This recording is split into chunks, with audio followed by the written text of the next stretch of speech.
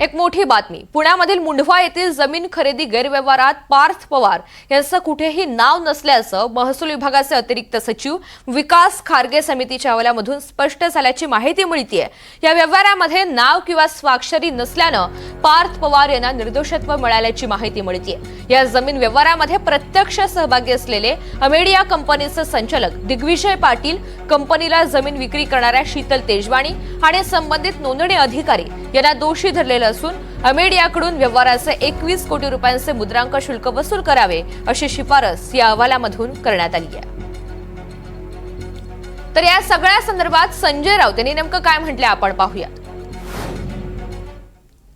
याला बेनामी काम करणं म्हणतात. कायदेशीर भाषेमध्ये याला बेनामी व्यवहार म्हणतात, कायदेशीर भाषेमध्ये.